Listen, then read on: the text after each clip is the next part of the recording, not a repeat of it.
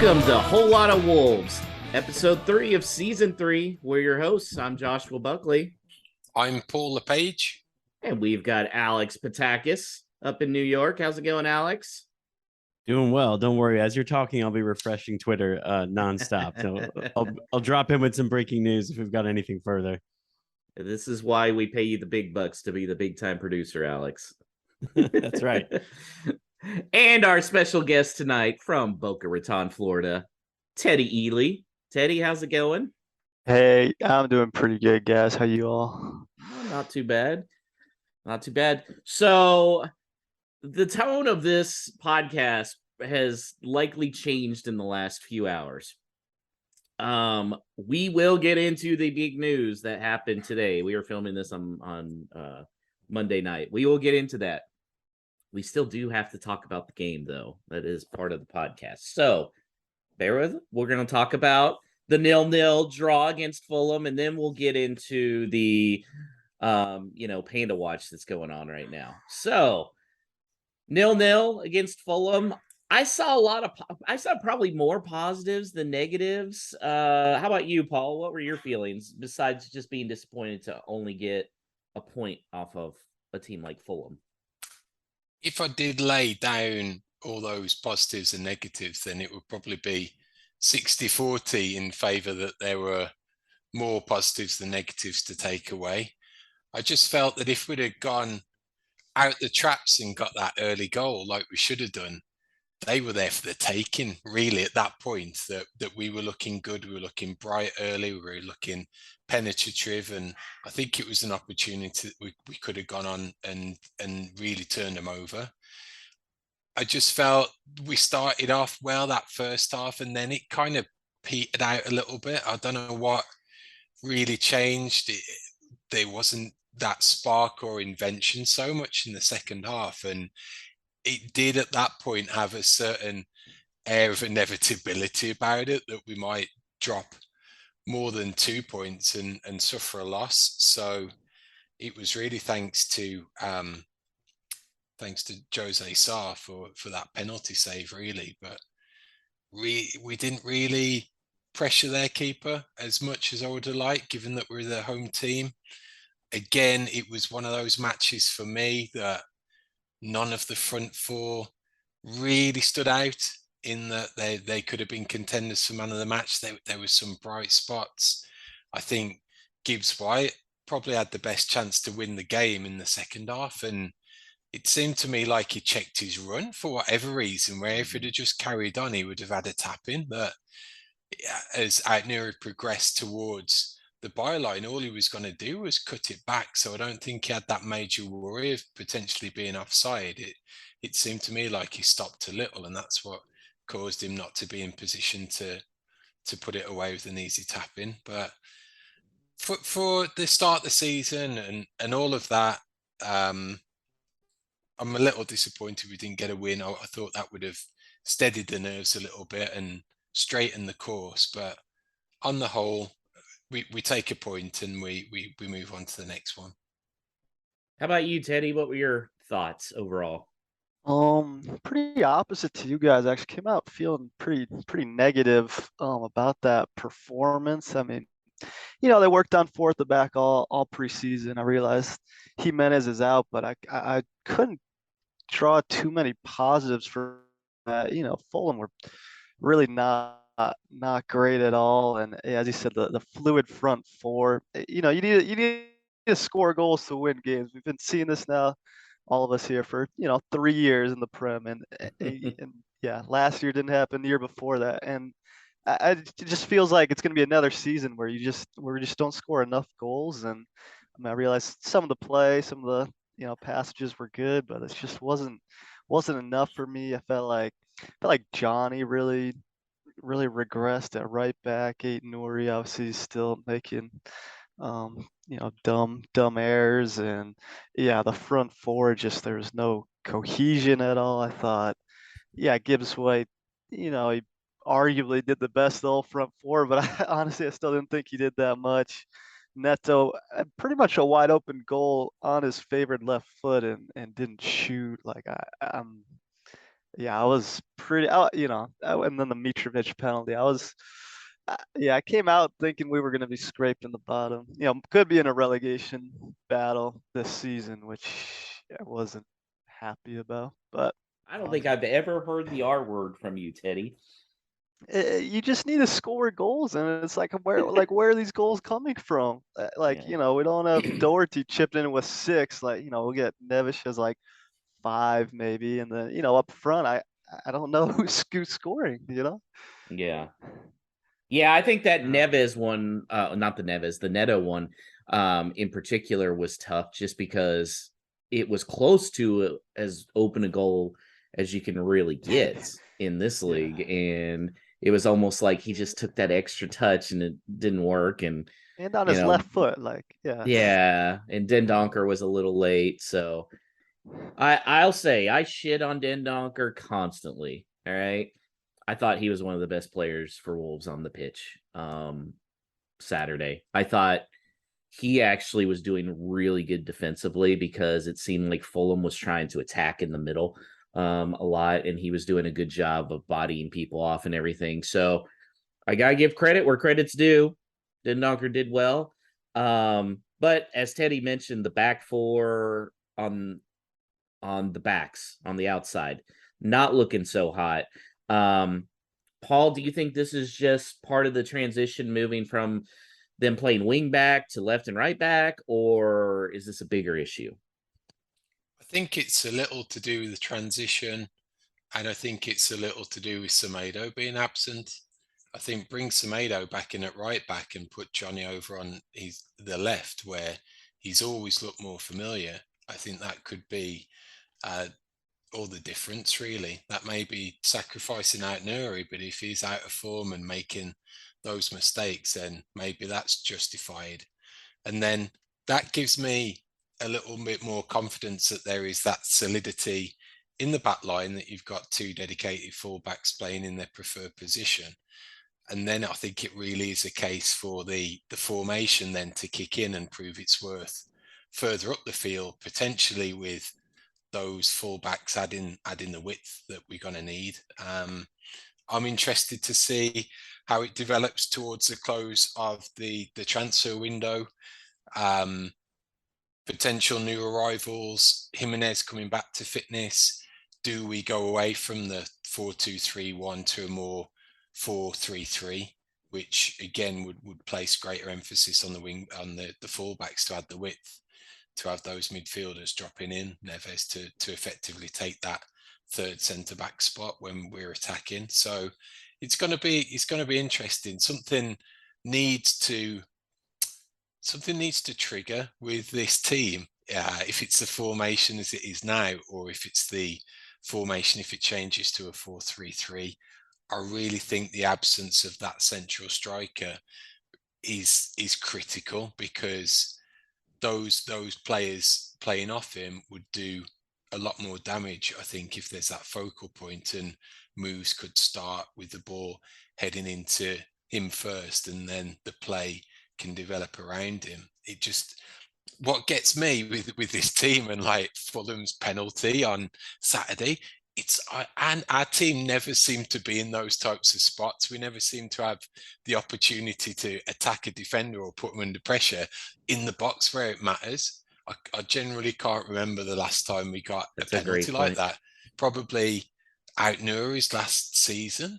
I can't even remember when it was. That was it. That's the only time, and we only got that because it went to VAR. So if we've got those 3 or 4 players in the box, we've got to be causing more trouble, either with getting shots off on target or drawing a foul. Teddy, in regards to Aït-Nouri, I'm kind of thinking it might be he's reading his own press clippings some, and maybe his agent said, hey, if you keep doing awesome, Man City could come for you this window. Do you think that's kind of playing into part of it? He's feeling some extra pressure as a young kid? Yeah.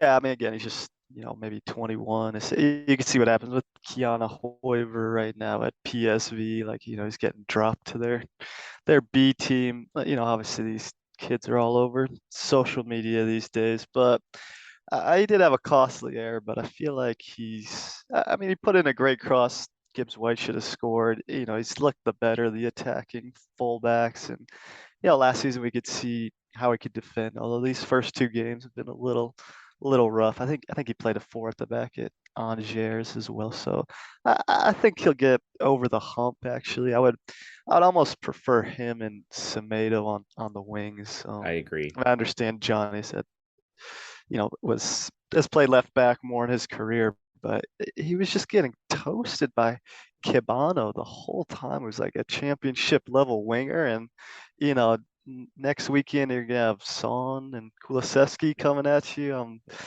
Yeah, it just makes me a little nervous about that side. But Semedo did look good when he came on, so that's positive. Yeah, hopefully Semedo's good. He's fit enough to start. Look solid when he was out there. Paul, do you obviously he made the big save on the penalty, which was great. But do you think Jose Sa is kind of struggling a little bit with this transition to the back four?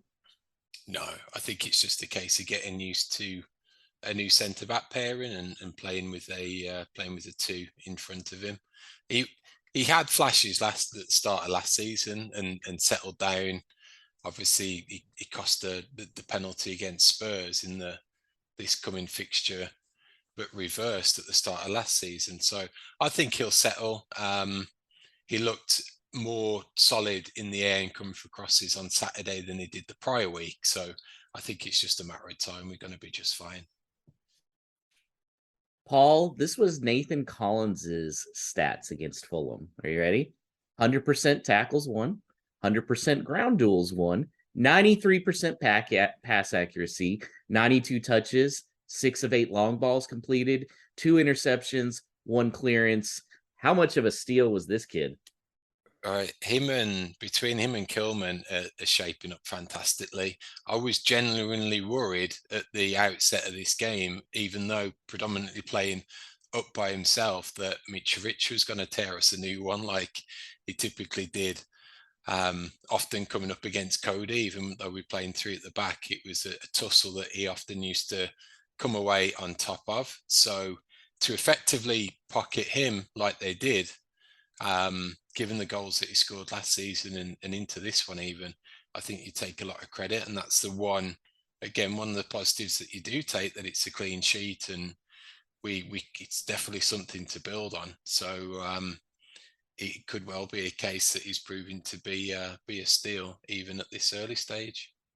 Yeah, that was my biggest positive of the match as well. I thought Kilman and Collins, switching to a back four. Obviously, Kilman doesn't have, I don't think, any experience playing center back there, but I thought him and Collins made a strong pairing. And yeah, I'm sure with Cody at center back, Mitrovic just was using his strength all over him and got the best of him. But I thought, yeah, those two, we'll see what happens the rest of the season. But I'm definitely feeling very optimistic about them, which is definitely really key part of playing a 4 at the back. So that's great.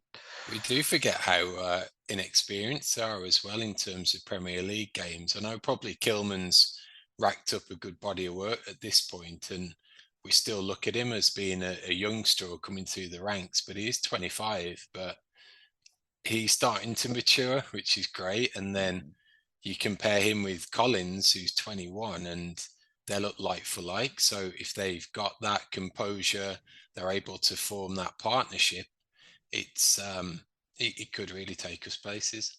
Sky could be the limit for them. Could be some tough spots this year, but those two together, yeah, you could be best. What do we say? UK pairing. Those two, yeah. Yeah, and that's what I was gonna say. It is not out of the realm of possibility that we could be looking at 2 guys by the end of this season that are both worth at least 40 million pounds, maybe more. I think that's pretty fair for how they're playing right now, their age, where they're from obviously plays into it as well with the price tag. I'm super excited about Collins, man. He was just a machine out there. And anytime you lose somebody like Cody, you do worry even though he wasn't the best defensively, you do worry that there may be some issues in the back, and I don't think I have those right now between Kilman and Collins. But this weekend's going to be a good test. It's going against Kane and Son, so we shall see. Yeah. Teddy, I saw you shaking your head when I was talking about Dendoncker. So you seem to agree with what I was saying?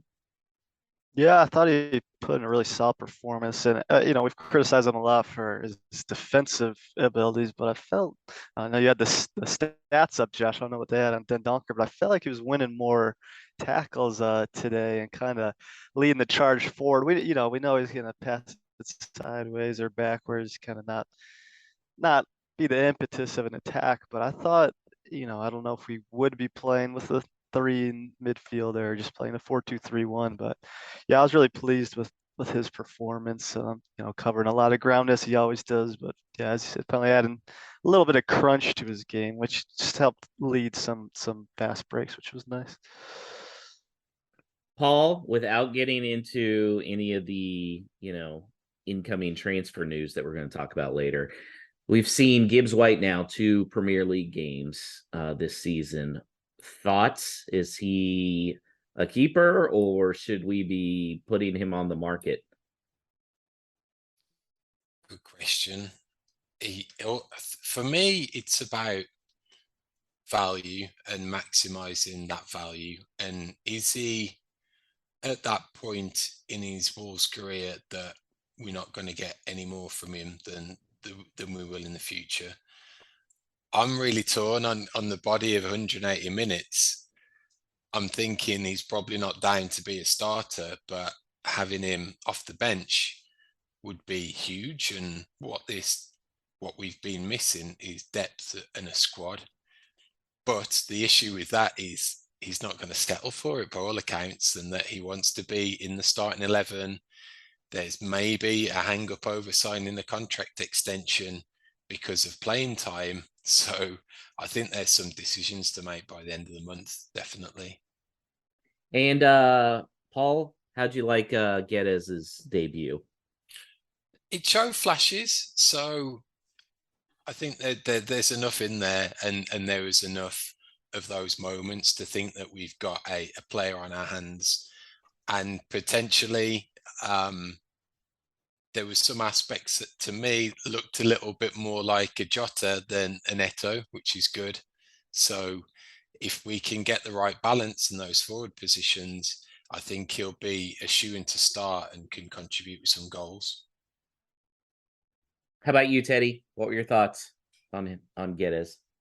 Yeah, I feel like he was just trying to do a little too much and came out at a difficult part of the game where we were kind of lacking control. But, you've seen what he's done at Valencia. This is a proven goal scorer, which, again, we haven't had more, someone that scored more than 10 goals a season, which I think just Guedes, Hwang, and Jimenez. So I'm really excited to see him on the wing with Neto. Then going back to Gibbs White, I'm right there with Paul. I'm torn. I'd love seeing someone from the academy be a first team starter. It's great for all the young kids living around there, but it's if the quoted 30 to 40 million pounds is anywhere in that range is accurate on a player who hasn't done in the Prem, that's really tough to pass. And that is part of the role of an academy too, is to fund new incoming signings. Right now I think I would do it if in fact we do need to sell to buy players. I think he has the most value out of anyone there, and that's a really tough decision though. So we'll see what happens in 2 more weeks. Alex, do you think we've given the listeners enough blue balls? So now we need to talk about the real news. Yeah, I think so. Let's brighten it up a little bit. So when it came out earlier for us in the morning in U.S. time, I always like to look at Talking Wolves on Twitter because they do a great job as far as just bringing in. They're compiling news that they're getting everywhere. They're not breaking the news; they're compiling it, which I think is needed. It keeps you from having to search everywhere on Twitter. And they said, one more meeting with Matheus Nunes, and I was like, oh, the first comment I saw in there, which I thought was great, was this guy's going to put a restraining order on us, which seemed about right. I mean, I don't know how often he can be put in the friend zone, but then it started coming out. Oh, okay, there's a deal with Sporting, which I wasn't really worried about. Okay, yeah, big deal. It's big money. They're saying 45 million euros plus 5 million add-on. That's a lot of money, but I wasn't concerned on that part of the deal. But now more and more people coming out, including big hitters, Percy, Liam Keane, Fabrizio. They're all saying it looks good. They just have to convince him. And now there's the report that Matheus Nunes is flying into Wolverhampton tomorrow for medical. Paul, I feel like you're going to be great for this because I'm a later Wolves follower, so I started following that last season in the championship, so I didn't really understand the importance of Neves when he signed with the club.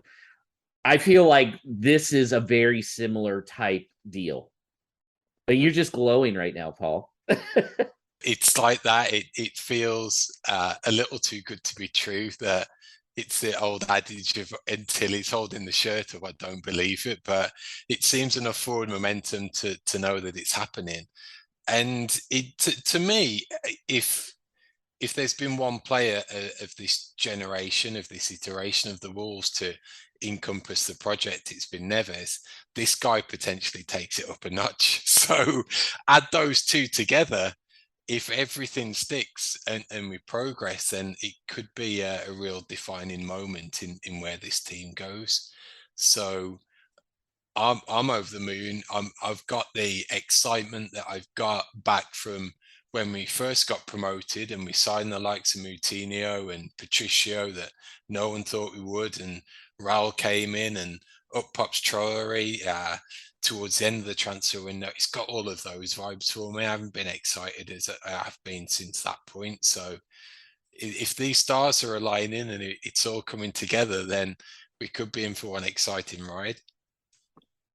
Teddy, do you believe it yet? Or are you also with us? Yeah, I mean, the only thing is it says personal terms haven't been agreed, which I think was the holdup the whole entire time, as it looked like Wolves were willing to pay it. But, with Wow and Jorge Mendes in attendance, definitely, you could feel something was possibly coming. And I feel like this kind of checks all the boxes. So I'm not gonna, sing the praises yet till you said he's signing the shirt, but it definitely looks very promising now. So I don't think Gow or Uncle George came to Wolverhampton for a romantic weekend with their significant other. So there was definitely parts moving over the weekend, that's for sure.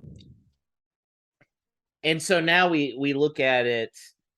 If this is the reported fee, 37 million pounds plus add-ons, that seems to me like a great price. Do you think this is definitely feels more worthy, Paul, of someone to be the most expensive Wolves transfer in history type player over Fabio? Definitely. I think it's it's showing a caliber of player that we're trying to get to. Obviously, we're not going to be in the realms of the 50 plus million players yet, but it's a definite profile fit that it's in and around the 35, 40, 45 mark. That's probably our level. So it's definitely a profile of player that they're seeing it also as an investment. If he comes in and tears it up this season, you've already got Pep at Man City talking him up after coming up against him previously. They could be looking that's an instant 20 or 30 million pound profit after one good season. So it's just stacked up to be in our favor. I'm sure it is. Yeah, and I'm interested by that as well, because Pep apparently loves the guy. Teddy, are you surprised a bigger club? Because it seemed like that's really been the holdup, is Nunes has been waiting for one of those big six, big time clubs to come in. Are you really surprised that they didn't? yeah, especially if you see Liverpool today, they're starting with Harvey Elliott and a 36-year-old James Milner. I feel like he has the tenacity and running to fit pretty well in that system. Man City as well, even with Bernardo Silva possibly on the way out, like, could be too big of a step up for him, not guaranteed playing time. But I'm kind of surprised no one else is looking at, other than West Ham, of course. But yeah, I genuinely think this is all part of the Game of Thrones of the Mendes carousel, that everything had to stack up in a certain way in order for us to get him. Likewise, everything had to stack up in a certain way for Neves to leave. And as it stands, that hasn't happened. Yet we're seeing the benefits of it. On the opposite side, we bring in Nunes in. Would we have been able to sign him without Mendes? I highly doubt it. No way. No way. So now the question is, somebody's got to be going out, right, Paul? Is it Neves? Is it Morgan Games White? Or are you saying nope? They're all staying. Nope. Yeah, all staying. It's an influx of funds from somewhere, either Fosun or new investment. There's a distinct shift in strategy. What that's come down to, I've got no idea, but I'm riding that wave, baby. Paul, say Nunes would have gone earlier in the window. You think they had the money earlier in the window too? I do. I think there's. I've got no basis for this. Reading between the lines, seeing some off the cuff stuff on the internet, in forums and the like.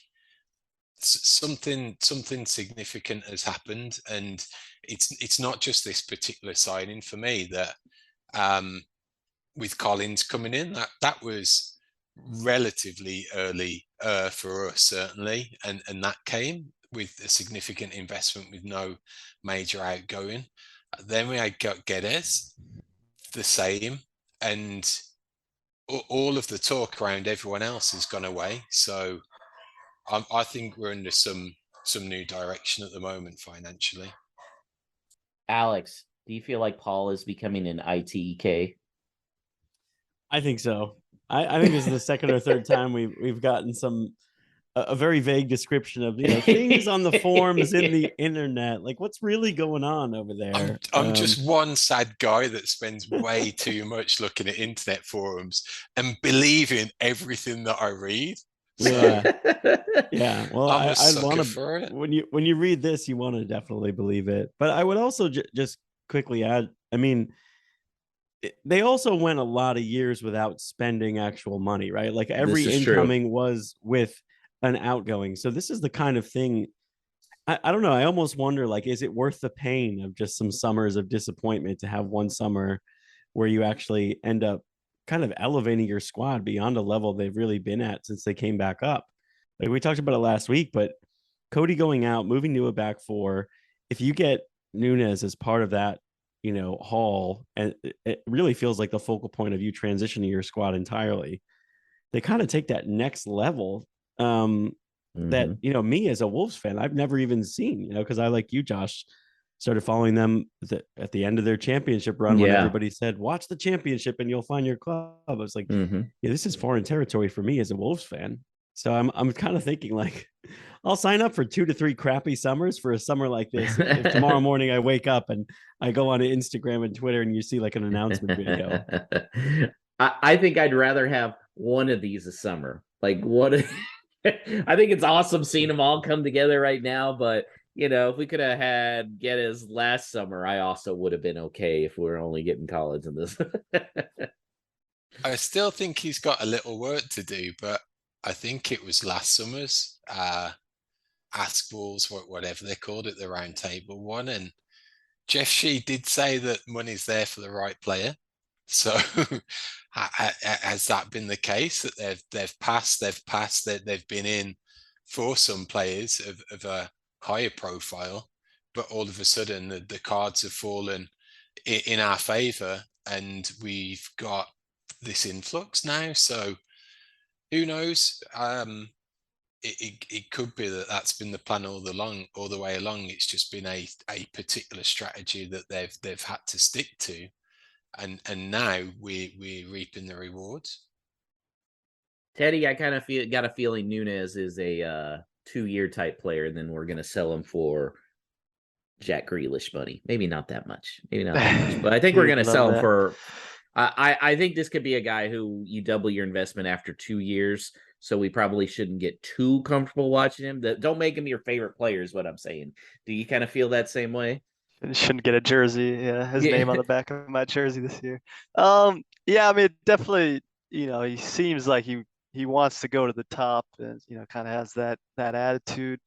Only thing I'll say is, I mean, I feel like Wolves have held on to some players for almost too long. You would argue, where their value starts to decrease. But again, it kind of seems like this guy wants to go to the top. And I don't think we'd hold him back if a suitable offer does come in and he does perform to the standards we think he's capable of. So yeah.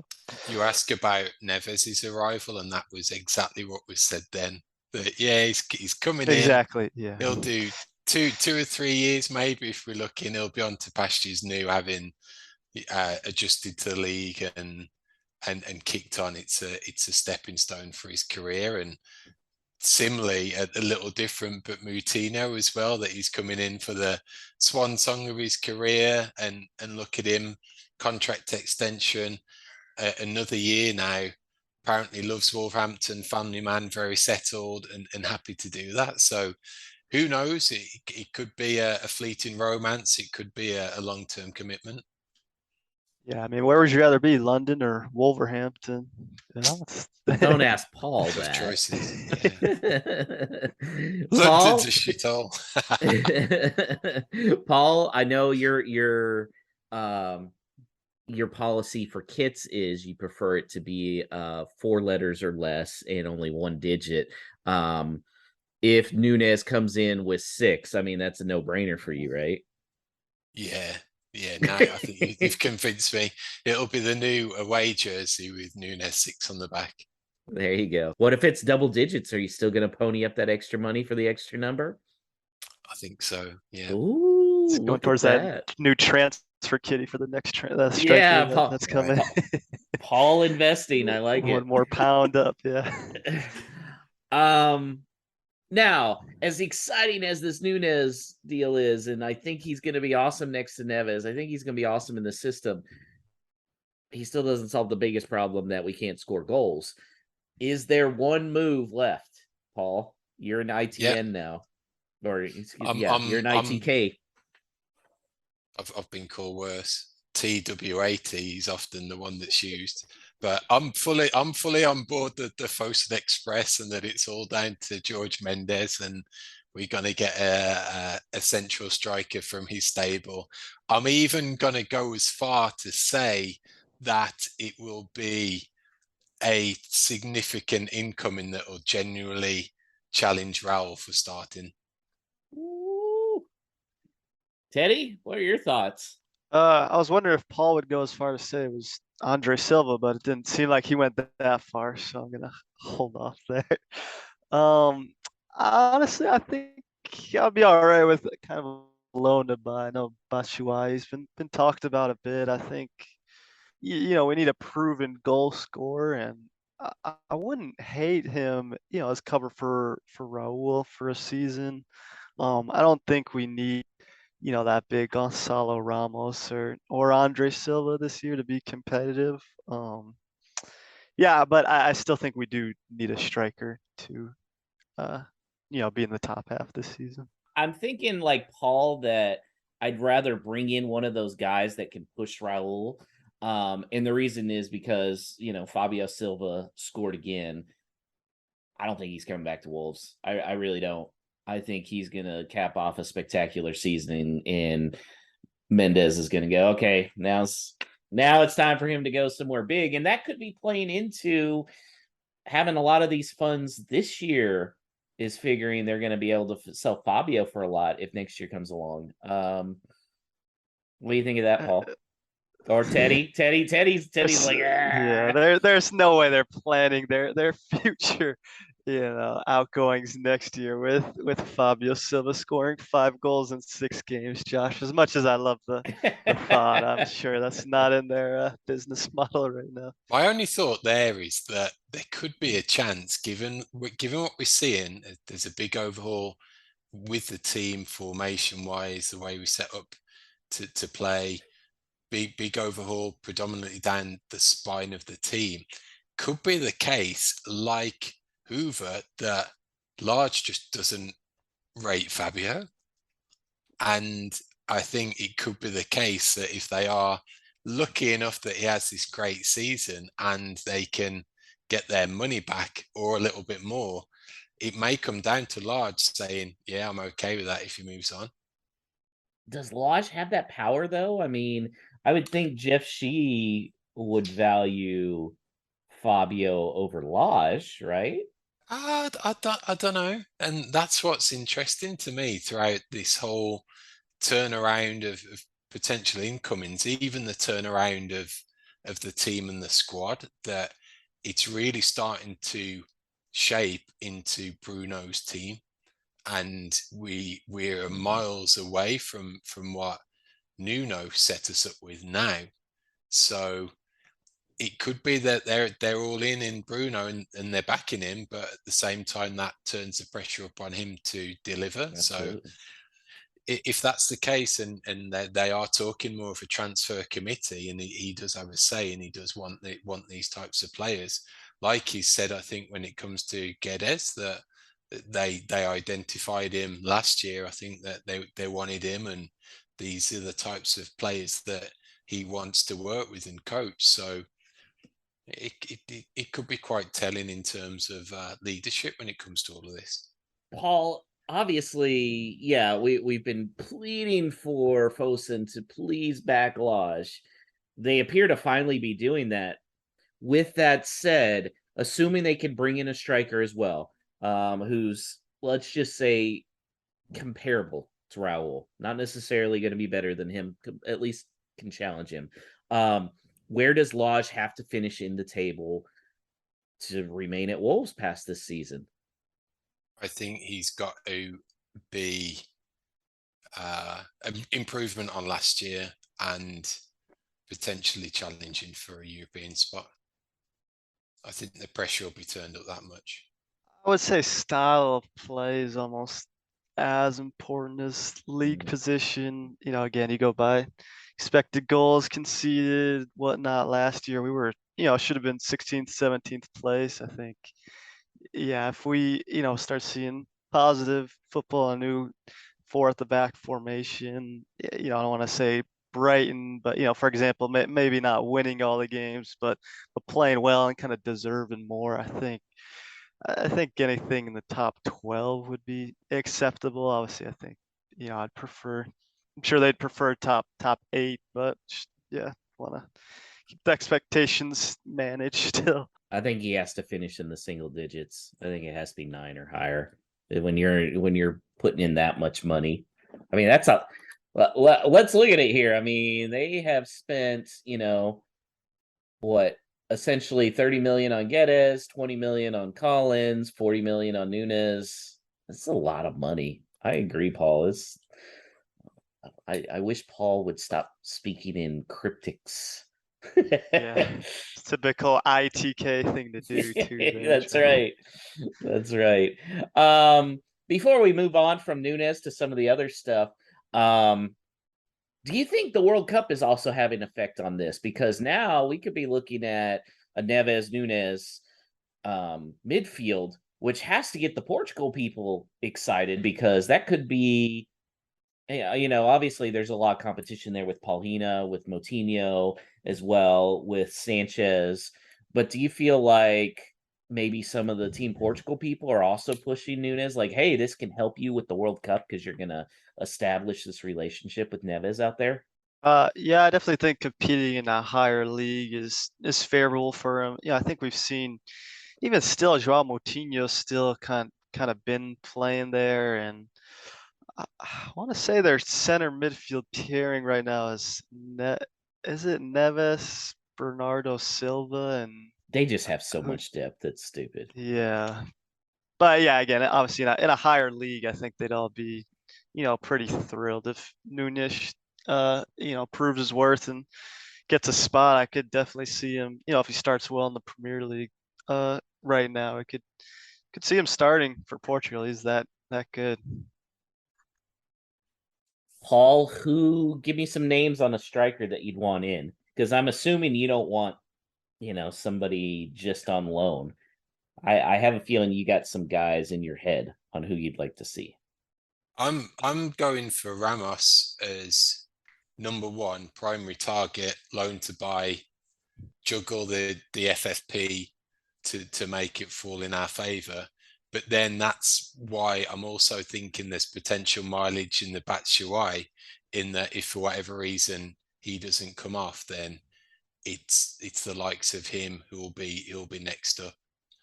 That predominantly you wouldn't think as a long-term solution, but definitely enough at 28 with his experience that can come in and certainly challenge to be starting. Then they may look at it, revisit again next summer to get that guy in at that point. But I think if all of those stars align and it's Ramos, then they could have pulled off an A+ transfer window. I mean, if it's Ramos that they get, my mind would be blown. It would be absolutely blown. And I would want to call up all those writers that had Wolves getting relegated and just send them the double fingers.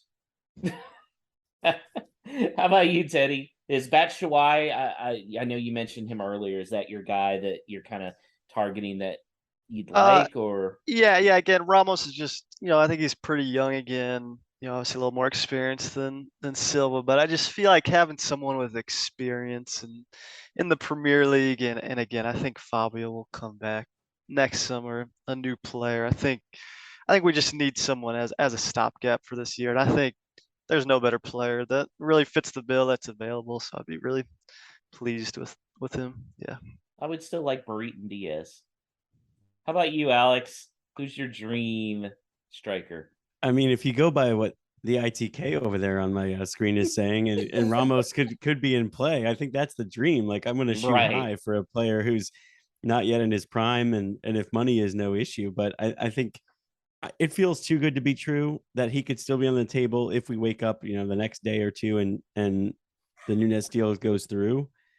If that were to happen, I mean, Wolves would be having a summer that I think people thought like Newcastle was going to have, with like the Saudi Arabian money coming in. Like, you would, if they get Nunes, you would already make the argument that they've had a more impactful summer, and they would have spent more than Newcastle did with their investment. So I don't know where. Yeah, it almost feels like there has to be another shoe to drop with an investment coming in when you compare the summers that they've had. And if that's the case, then yeah, give me Ramos too. Let's get them all. This would be like the Miami Heat summer of a few years back. No hyperbole in that or anything. Nunes is basically LeBron.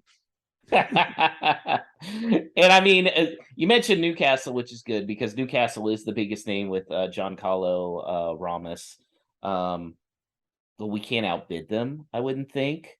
But that's why the loan to buy. And I think that's a really good point. If they can make it a loan to buy, to spread out the FFP, that makes a lot of sense. So yeah, I mean, just ton of moves.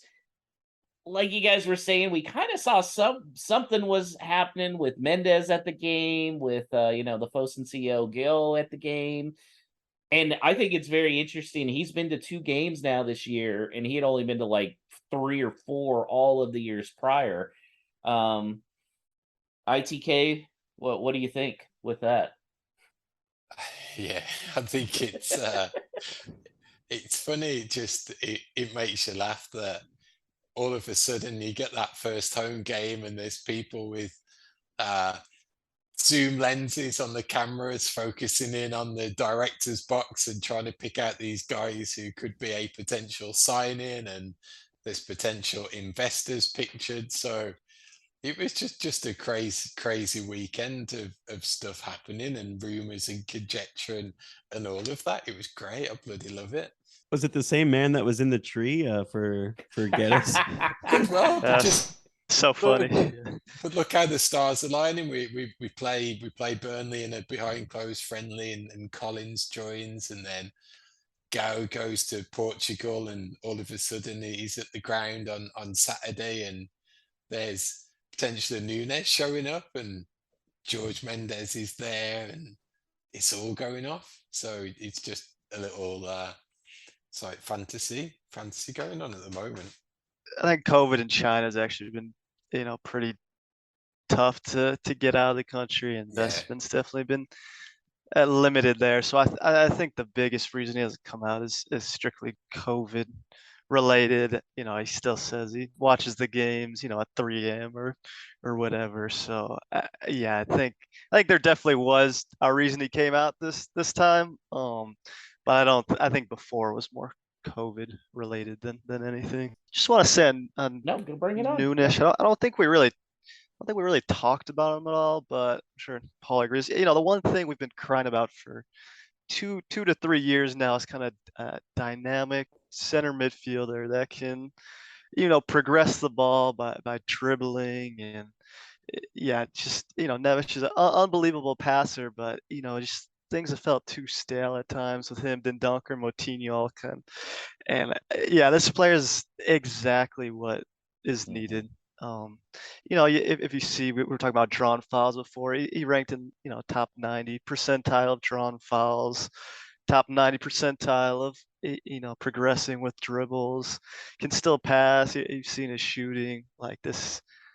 I'm so excited to finally watch the game this weekend if he plays like this. Yeah, he's gonna be incredible, I think, and completely change the style of play. So there's a great Twitter follower who does a lot of analytics work and analysis, and that's Dan Butler, and he put together a recruitment plan over the summer about key positions and where we could fill, and Nunes was number one for that midfield position, but he writes it in a way that there was never any chance that we would get him. His stats are what he drilled down on were all in the top percentile. On the face of it, you wouldn't even dream that would be in contention. And he, just to quote what he says, it says a Champions League level ball carrier in central areas who, by rights, we should have absolutely no shot at signing.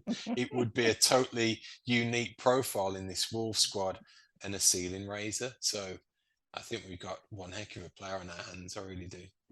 Yeah, I could just see, a team like Brentford over the weekend. You saw them crush Man United with their pressing. You could just see Nunes, getting the ball, doing a quick turn, and then taking 5 players out of the way and kind of leading the counterattack. I'm sure we're gonna be seeing that a bunch. And I'm just, as I said, I don't know if I could have survived another season playing the way we have the past couple. So I'm just over the moon about this. Yeah. Yeah, Teddy, we're already having to deal with the Cubs crap seasons the last few years, so we didn't want to be doing it here too. And the Bears, but and the Bears, don't even need to talk about that one. Paul, you've been around Wolverhampton, you've been around the area. Do you think Wolves are going to try and lock it down to limit the tree videos, or are they going to play into it and just let it run? Yeah, I think they're going to be on lockdown as much as possible for this one. So that's a shame. I was looking forward to more. Warning to all the teens out there. Yeah. It's like going to be the paparazzi hiding in the trees. Yeah. the private jet tracking and everything like that. What car they're driving? Where's the blacked out windows? Who's showing up at a Bentley in Molineux, and which private jet's coming in to land at the local village airport near Wolverhampton? You see that a lot in college football with people tracking private jets as a coach is coming in. Nick Saban was a good one. I mean, Paul, do you think maybe some people are going to try and do that and be waiting at the tarmac for him? Or is that just a U.S. thing? I think, it's probably more of a US thing and a little crazy. Usually crazily reserved for those foreign teams. So not really done near Wolverhampton. So Paul just confirmed that American fans are more fanatical than English fans. Gotcha. Possibly. One guy that I would have hoped, they'd be able to get a lot of value for to kind of fund a lot of these transfers is Keanu Hoover. But he already is in the doghouse over at PSV. He's not even on the squad. He's been dropped from the latest squad. Teddy, I mean, are we even going to get any kind of investment back for this kid? What's the deal? I really did like the transfer a few years back. Yeah, I mean, I think it goes to show how important your attitude is, and why a bunch of these Portuguese guys have fit in so well. They're all down to earth family players. I don't know about Nunes, but everyone else that they've signed, and yeah, it just seems like Hoiver, similar to Gibbs White, are kind of this different breed, and you see it in all sports, but it's kind of just not talked about how important your mindset is and trying to get better every day. And Bruno literally called him out last year saying this, he doesn't want to get better essentially. And yeah, it definitely makes me nervous. I mean, I guess it's a sunk cost. Already spent 9 million.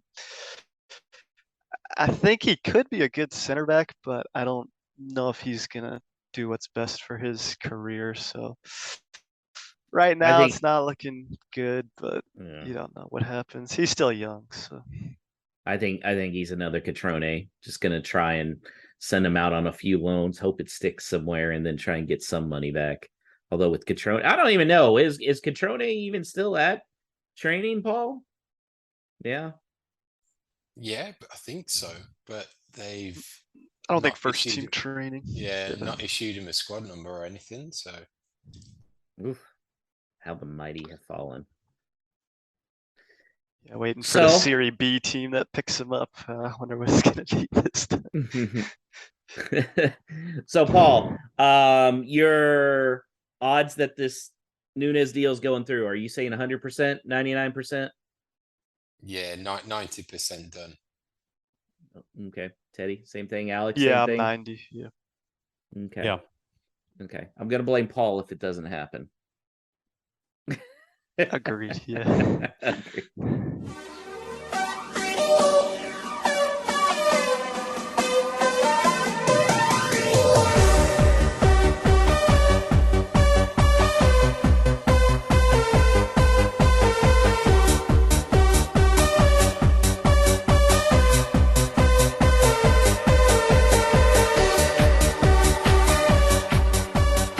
Joining us now to preview Saturday's showdown between Spurs and Wolves is Andrew Stetka from the Tottenham Depot podcast. Thanks for joining us, Andrew. Oh, it's my pleasure. Thanks for having me on. Hey, first up, Andrew, after the end of the game on Sunday, it's what everybody's talking about, the main event. Who's going to win in an arm wrestle between Thomas Tuchel and Antonio Conte? Oh, that's a good question. I think if it's an unexpected arm wrestle, which I think it would be Antonio Conte's perspective, I would give Tuchel the edge. But if Conte is maybe ready for the pullback and ready for the arm grab, I like Conte's chances. No, it'll be interesting to see what happens over the course of leading up to the game on whether or not any kind of ban gets turned over or anything else. But it was certainly, an awkward encounter that the two of them had, a couple of them really throughout the match. It was obviously anytime Spurs and Chelsea hook up, it is, there's just a lot of tension there between those two clubs and especially between the two groups of supporters. And obviously as a Spurs fan, I'm really, really pleased with the way that the match went in terms of, Spurs being able to go there and get a draw despite playing about as bad as they possibly can. And trust me, all Spurs fans know that, it is not something that they take lightly, that they got away with that one. So they're coming in off a really bad performance, but a good result for as bad as the performance was. And, we'll have to just see whether or not Antonio Conte tries to get in any arm wrestling matches going forward. So just before we started recording this segment, we were chatting a little bit about transfers in the summer and how the squad's kicked on. Do you consider yourselves title contenders now for this season? If not, where do you think you may fall short?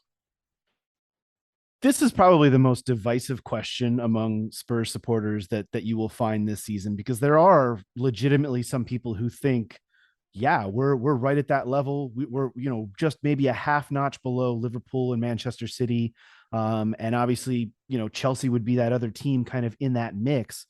But I think the majority of Spurs fans, if you gave them truth serum, would say that they're still another step away. And I don't know that there's anything specific that would be needed to get them that extra half step. I think it's really what would be required for it to happen is a slip up of some kind from Liverpool and Manchester City. And I think that's what leads me to believe that it's not going to happen. You would need it to happen from both of them. Maybe you could rely on one of them not having the season that you would expect from them, but for it to have to come from both of them, I think that's where, the truth serum for me would say, no, they're probably not genuine title contenders, but crazier things have happened. And if they can, pile on the points again in the matches that they're supposed to, perform well in, as opposed to, and then they've always had no problem in competing with the likes of City and Liverpool. They did the double over City last year, despite them being champions. I think that's where the gap really should be closed. It's beating teams like Southampton and, in past years, Burnley, where they've had hiccups in the past. Spurs have. So if they can, mark down 3 points in those matches that they're supposed to win against bottom of the table type of teams and not have those slip ups or drop 2 points here and there, that's where the gap could be closed. But no, honestly, like I said, truth serum in my arm, no, I don't think they're title contenders. I think they're definitely in the top 4 solidly and can maybe compete for a trophy finally, which is something that we've been hoping for as Spurs fans for quite some time. But I still think they're at least a half step away from the Premier League. Are you guys gonna break my heart and try and get Adama Traore from us? I think we spoke like a year ago, and I definitely thought that was on. I thought it was happening. Now, not so much. And honestly, and this is no offense to Adama Traore or you guys, but I'm relieved because I did not want to see him come in and try and play wing back for us. Spurs. We've tried it; it doesn't work. Yeah, we tried. Yeah, exactly. And that was kind of my thought as well, because that was definitely where they were going to stick him. No, Spurs signed Jed Spence from Middlesbrough. He was on loan at Nottingham Forest last season, and he's not really going to be. I mean, he's going to be a guy who plays in some of the cup competitions here and there, and a rotational piece for us this year. But he's a guy kind of one for the future that they're looking at. And then they already have 2 options on the right, and really there's been kind of a renewed faith in Emerson Royale, who they signed before last season. Antonio Conte has liked what he's seen from him thus far, and they also still, of course, have Matt Doherty, who you guys are familiar with, on the right side as well. So there are plenty of options at that right wing back spot. They've kind of fortified on the left as well, with the likes of Ivan Perisic coming in, and Ryan Sessegnon has started the first 2 matches, but they're kind of now, it feels like, set at those wing back positions. So I'm not sure Traore would be one that they would be going in for at this point. If Traore could play like a more creative midfield role, I would have him, but I don't know that he's suited for that. He seems more of a winger for me. All right, Andrew, this is the part where I ask a question that may or may not have something to do with my Premier League fantasy team. But where do you see Richarlison fitting in? I mean, you got, like you mentioned, the surplus of signings, but I mean, an attacking front of Son, Kane, and Kulusevski, who's looked great so far. Where do you see him like long term? I know he's still getting worked into the squad a bit. I got to tell you, Richarlison was a signing that, even though they spent a great deal of money for him, it's such an important signing for Spurs, because for so many years they have not had someone to properly rotate in their front line, and now they have a 4th player, similar to what Liverpool have been able to do over the past few years when they had Firmino and Mane and Salah. Well, they've brought in other players, Jota, who you guys are really familiar with. They brought in Diaz. They've brought in so many different players to be able to rotate with those guys and provide them depth. And that's what Richarlison is going to be for Spurs. Now, that's not to say that he's not going to start ever, because he will. In fact, there's a lot of people calling for him to start this week over Heung-min Son against Wolves, just because Sonny has kind of gotten off to a tough start in his first 2 games, hasn't really made waves like we know that he's capable. But Richarlison is definitely going to be a piece. And with knowing that Spurs really do want to go after hopefully a cup competition at the very least this season, and are going to be in the Champions League here coming up in a matter of weeks. There's going to be a lot of games to go around. So they really wanted to have another option for that front line. And the cool thing about Richarlison is, I think he's most comfortable probably playing out on the left when he was at Everton, but he's suitable in the front of that line too, kind of playing in the more traditional number 9 role, and he can even play out on the right if need be as well. So he's one of those versatile players that I think they would be comfortable with him, subbing in for Kane, Son, or Kulusevski on any given day. And honestly, in the game against Chelsea this past weekend, when he came off the bench, it really, really changed things for Spurs. I mean, he came in and provided them with not only a spark, but it was a formation change, and it really threw Chelsea for a loop. And he provides energy, he provides pressing. So Richarlison's going to be, I think, a really important player for this club this season, because he gives them something that they really haven't had in many years, and that's just another option. And that's kind of why Spurs fans have been so bullish on the team this season, because players like him, players like Perisic coming in on the left, there's depth at the back now. They brought in Clement Lenglet to as another center back option out of Barcelona. So there's so much depth now and ability to rotate, and Richarlison is kind of the big centerpiece of that project.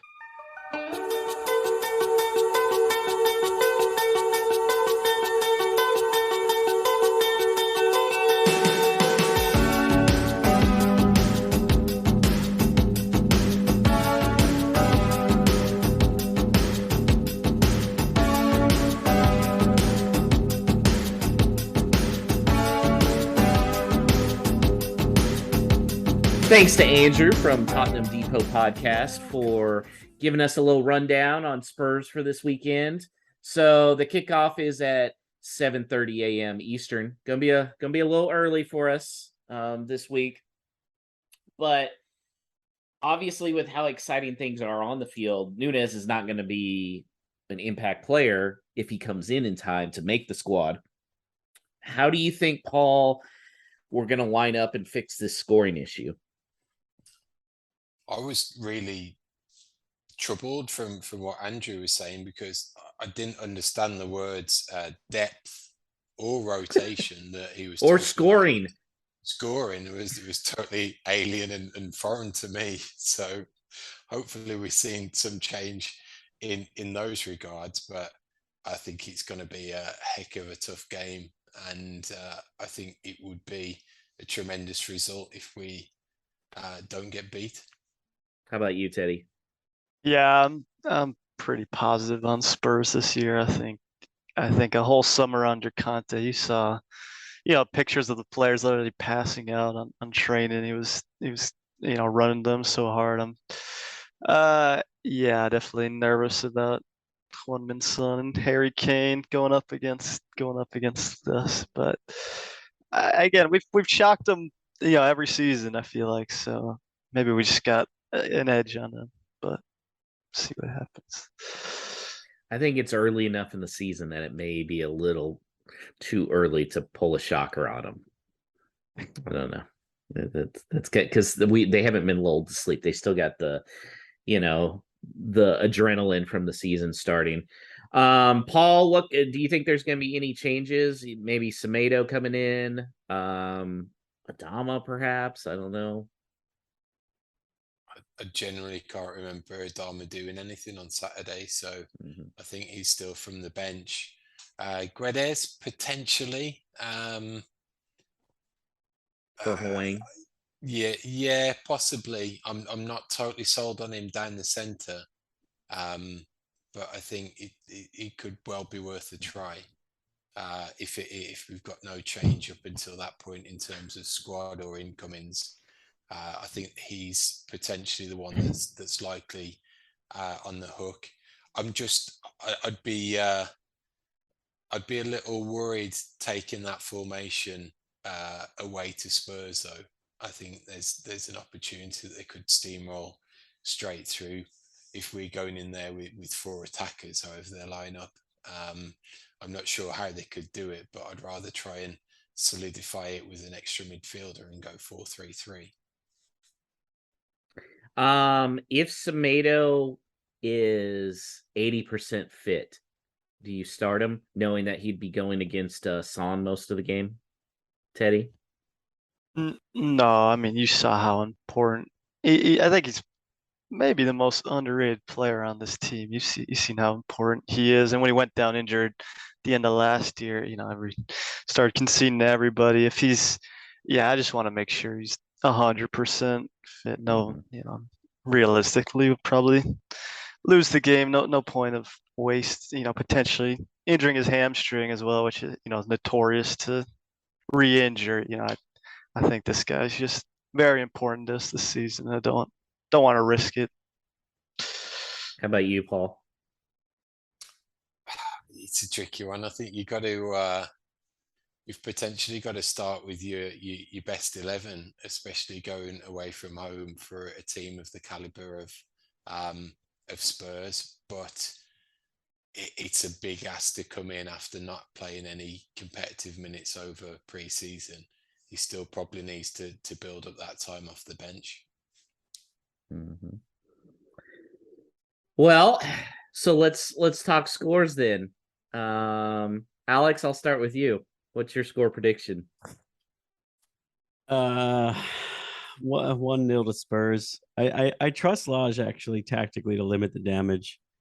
I wouldn't even be that shocked if it's funny because Cody just left, but if Bally came in and they went back to a back three for this game, which I wouldn't hate, giving the fullbacks, turning them back to wingbacks and giving them some help. And that would also probably ease the extra week or so of Semedo not playing.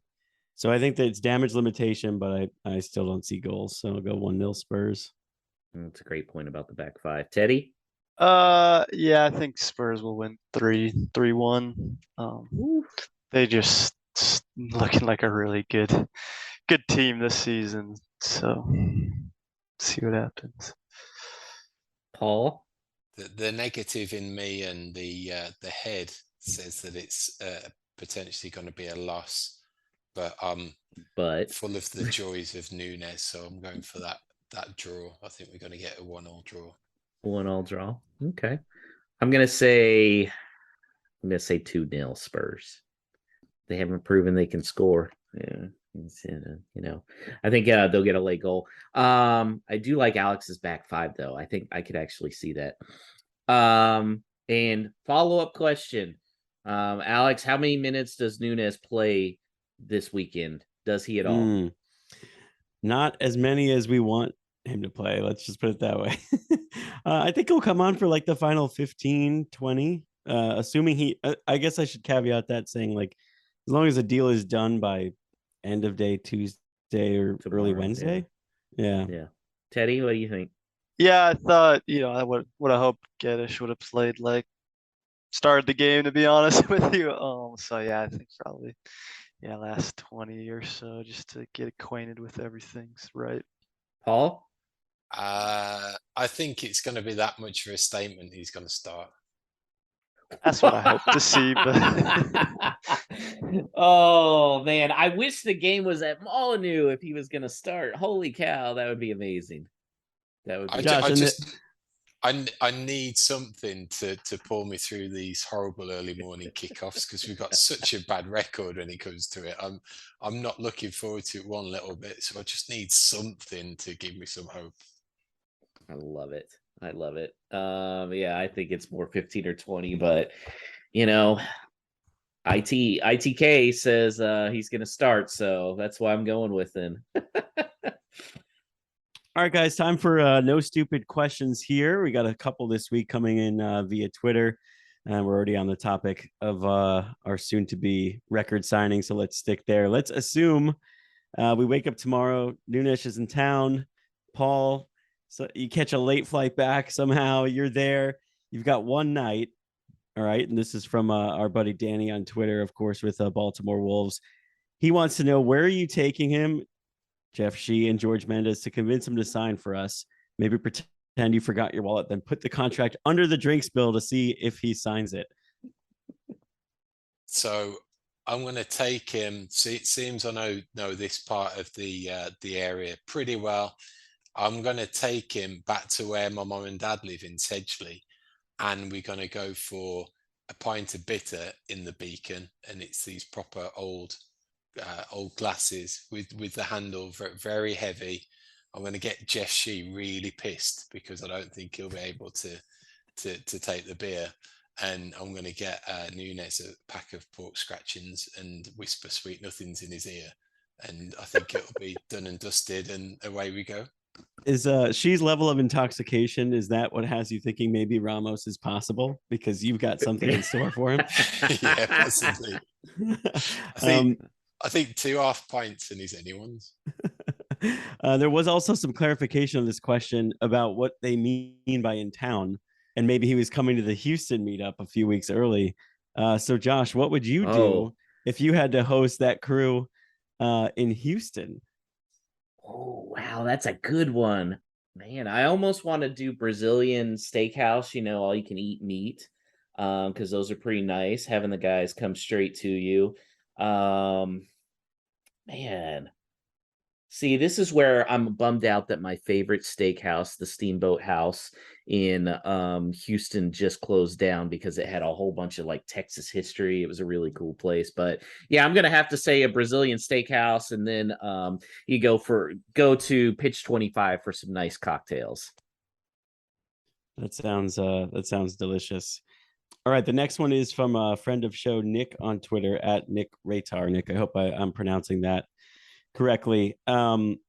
He says his father-in-law, himself, and a couple of his friends watch all the matches each week, and they all have different teams that they support. He obviously supports Wolves, his father-in-law Everton, one of his friends Arsenal, and another friend West Ham.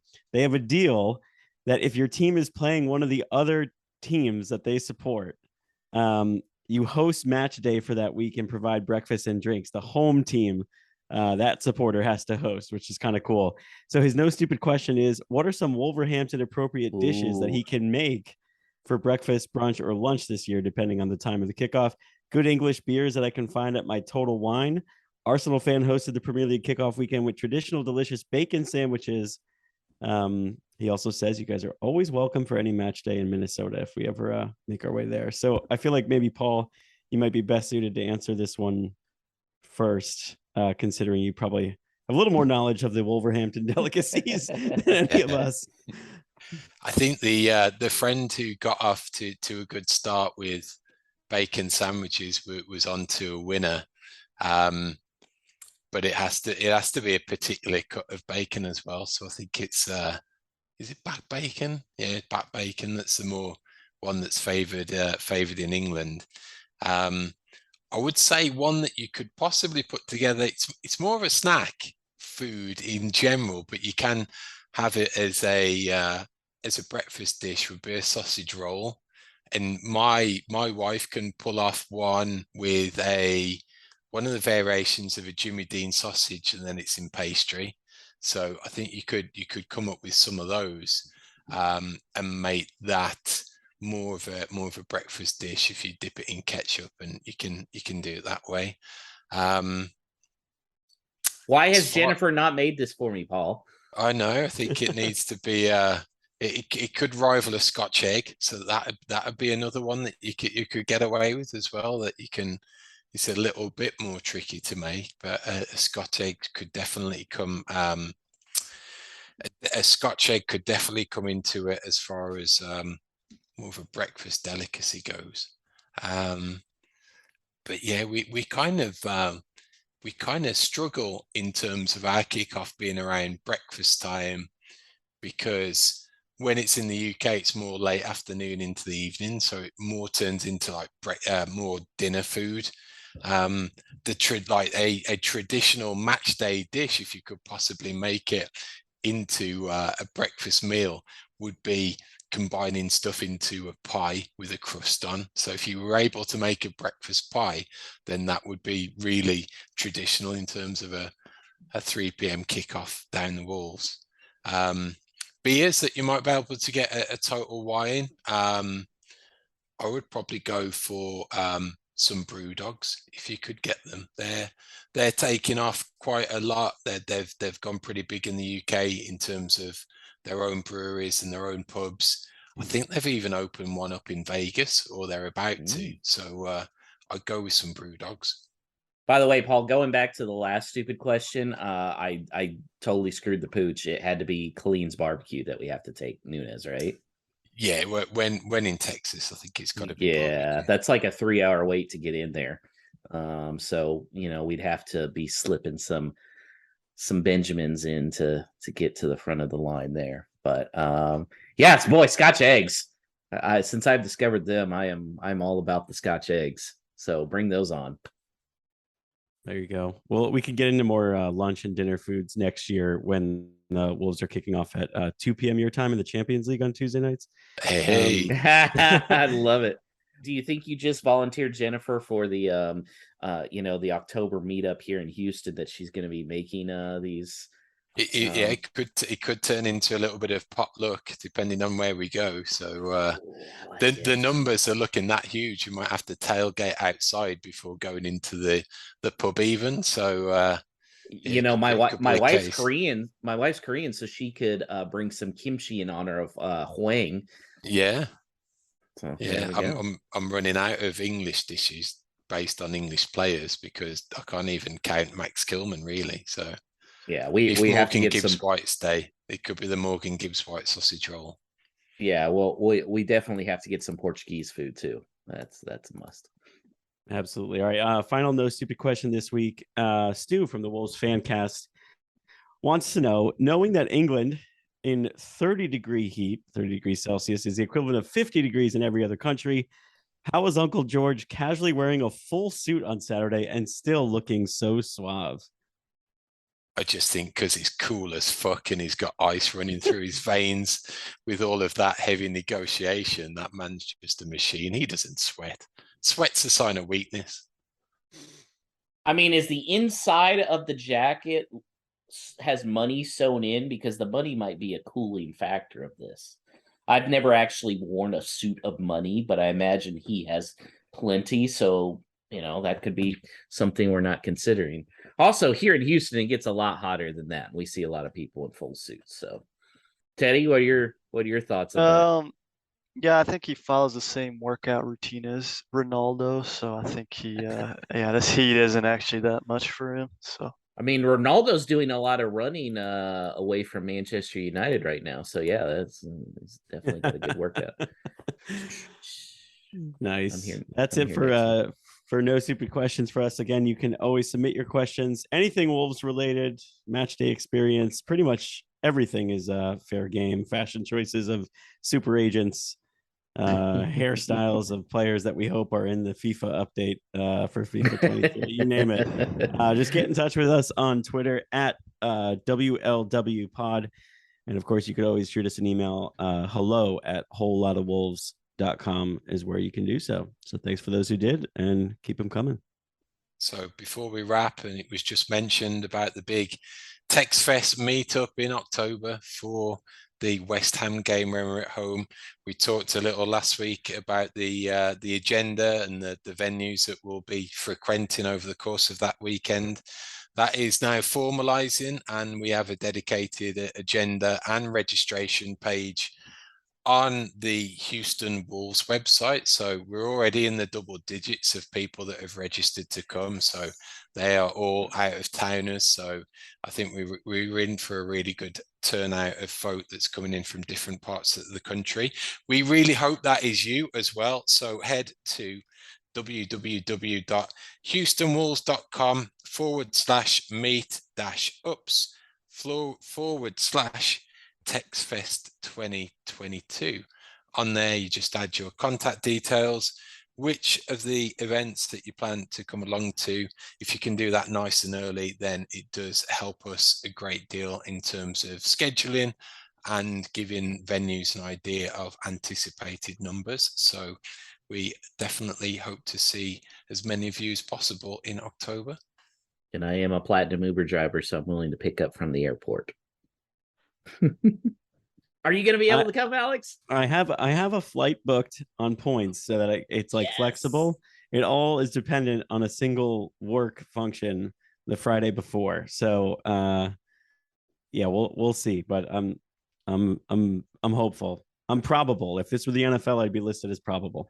I was gonna say it would be a shame if you came down with COVID before that work event. Which is totally plausible because everyone I know that goes to a big work event ends up coming home with COVID. Yeah, right. Awesome. So that brings a very exciting episode of Whole Lot of Wolves this week to an end. We will be back next week to review everything what's happened with that Tottenham game early on Saturday morning. So in the meantime, Jeff, you kind of answered one of our prayers from last week and the other way around in terms of a striker's not signing, but potentially a midfielder has. So hopefully, thanks for that. Hopefully more to come. Everyone, up the Wolves.